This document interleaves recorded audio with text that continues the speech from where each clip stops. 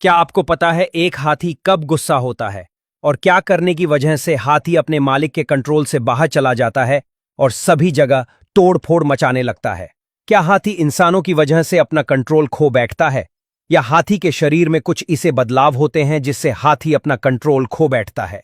तो चलिए जानते हैं हाथी के गुस्सा होने और अपने आप पे कंट्रोल खोने की सच में क्या वजह होती है।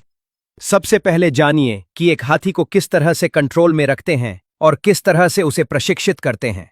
एक हाथी जब से छोटा होता है तब से उसका प्रशिक्षण शुरू हो जाता है। हाथी को ट्रेनिंग देने वाले को महावत कहा जाता है।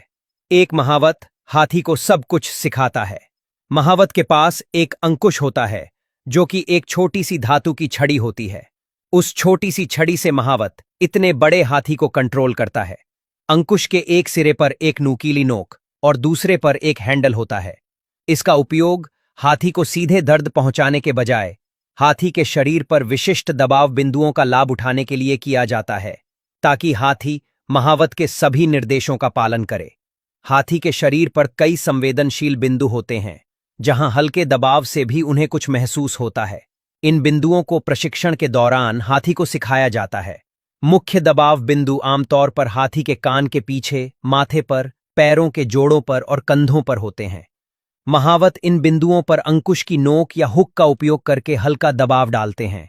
इसके अलावा महावत विशिष्ट मौखिक आदेशों और आवाजों का उपयोग भी करते हैं जिससे हाथी वो शब्द सुनकर योग्य प्रतिक्रिया देता है, जैसे कि बैठना, खड़ा होना और मुड़ना।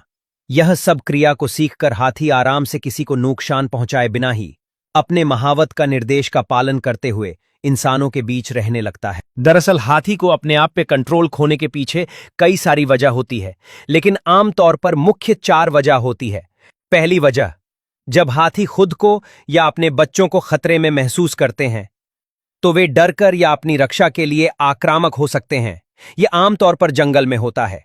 इस समय हाथी अपने रास्ते में आने वाले किसी भी जानवर या इंसान को मौत के घाट उतार देता है। दूसरी वजह, अचानक शोर या हलचल से भी हाथी बेकाबू हो सकता है।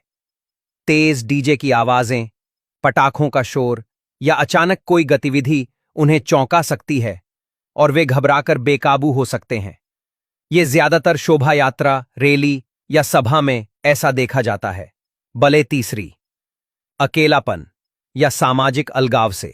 हाथी सामाजिक जानवर होते हैं और अगर उन्हें अपने झुंड से अलग कर दिया जाए तो वे तनाव और बेचैनी महसूस कर सकते हैं जिससे उनका व्यवहार बिगड़ सकता है। ज्यादातर जंगल में ऐसे हाथी देखे जाते हैं जिन्हें झुंड से अलग कर दिया हो और फिर उसने बेकाबू होकर काफी नुकसान किया हो। चौथी, भूख या प्यास से। अगर हाथी को लंबे समय तक खाना या पानी ना मिले तो वे तनाव में आकर हिंसक हो सकते हैं।